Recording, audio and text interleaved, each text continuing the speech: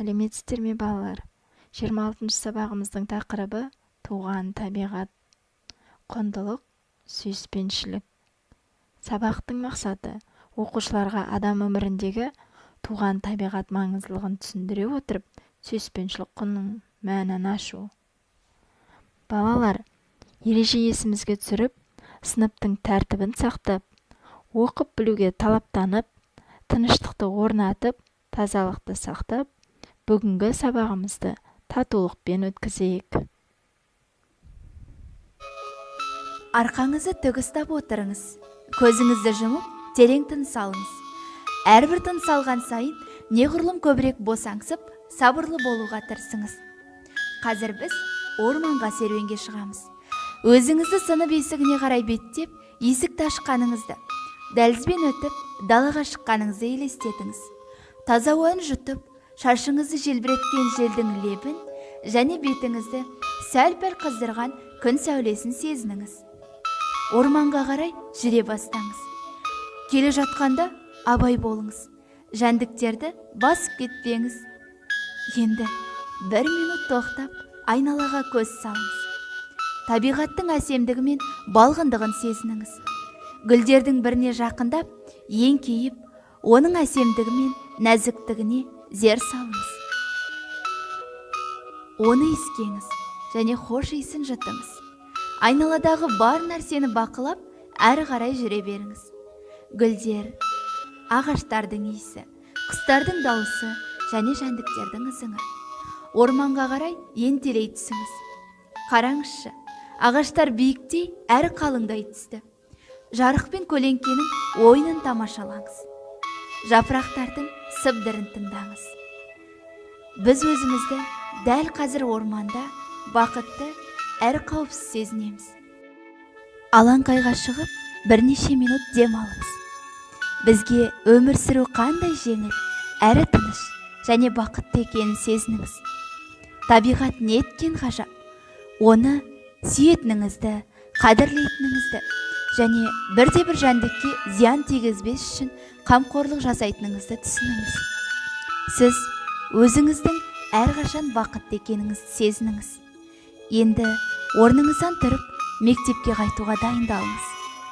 Айналаға тағы бір көз қырын салыңыз. Келген жолыңызбен кері қайтыңыз. Жолыңыздағы жәндіктерді басып кетпеңіз. Міне, мектептің де алдына келдік. Айналаңызға тағы да бір қараңыз. Таза ауаны терең жұтыңыз. Есікті ашып, өз орныңызға қайта келіңіз. Жаңа сезінген жым-жырттық, тыныштықты, қанағаттылық пен ашық сезімді, махаббатты, мейірімді өзіңізде сақтаңыз. Көзіңізді ашып, жай ғана күлімсіреңіз. Жақсы, балалар, үйге табиғат дегенне мәтін оқып келуге бергенмін. Сол бойынша сіздерге сұрақ қойғым келіп отыр. Бірінші сұрақ: жануарлар неліктен өз мекендерін мақтады? Екінші: олардың бәрін біріктіретін не деп ойлайсыздар? Үшінші: ал адамдарды не біріктіреді? Экранда берілген дәйек сөзді 2 рет қайталайық.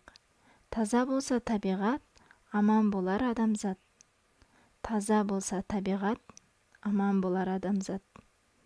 Фариза Оңғарсынова. Фариза Оңғарсынова 1939 жылы Атырау облысында дүниеге келген. Қазақ ақыны, халық жазушысы және журналист. Балалар, осы дәйек сөзді дәптерлерімізге көшіріп жазып алайық.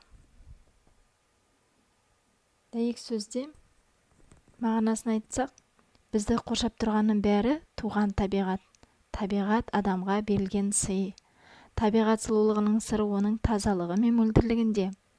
Күллі тіршілікке риясыз қызмет етуде. Адам да риясыз қызмет еткенде, ойы, сөзі, ісі таза болғанда сұлулана түседі. Енді балалар, сіздерге табиғат туралы бейнефильм ұсынып отырмын. Сол бейнефильмді тамашалайық.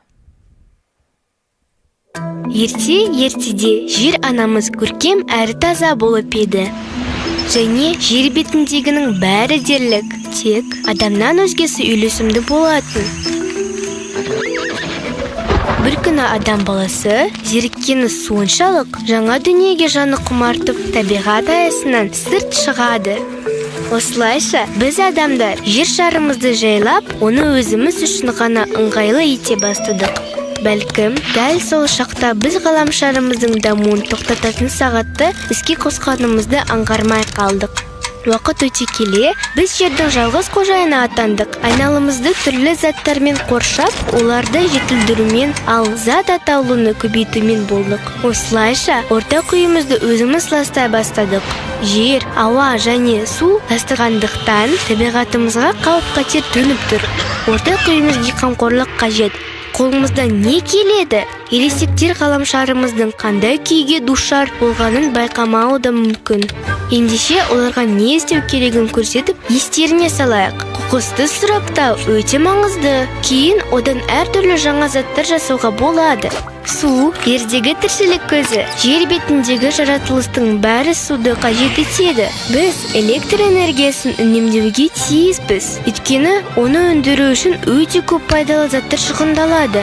Ғаламшарымыз гүлденсін десек, барлығымыз бірге елімізді, жерімізді тазартып, сауықтыруымыз керек. Мұны көшет отырғызудан бастай аламыз. Жай отырғызып қана қоймай, оның таза судан, күн шуағынан және құнарлы топырақтан таршылық көрмей өскенін қадағалауымыз керек. Енді бейнефильм бойынша сіздерге сұрақ қойғым келіп отыр. Табиғат деген не? Табиғат бізге не береді? Біз табиғатты қалай қорғаймыз? Жақсы, енді бірге ән шырқайық. О, туған елім, барайында туған едім. О, туған елім, жасай берші мәңгілік. О, туған елім, көрке бер бар тілегім. О, туған елім, бар әлемді таң қылып. Алғысымыз шексіз туған ел. Алғысымыз шексіз туған ел.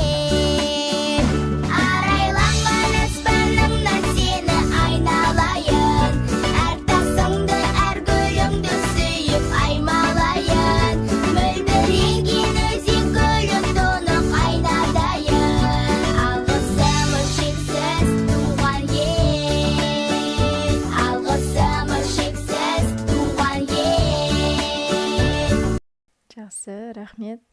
Үй тапсырмасын жазып алайық. 27-ші сабақ 120-ші беттегі жақсылық ертегісін оқып келу. Балалар, бүгінгі сабақтан қандай ой түйдіңдер? Сол түйген ойларыңызды жүректеріңізге сақтап алыңыздар. Сау болыңыздар.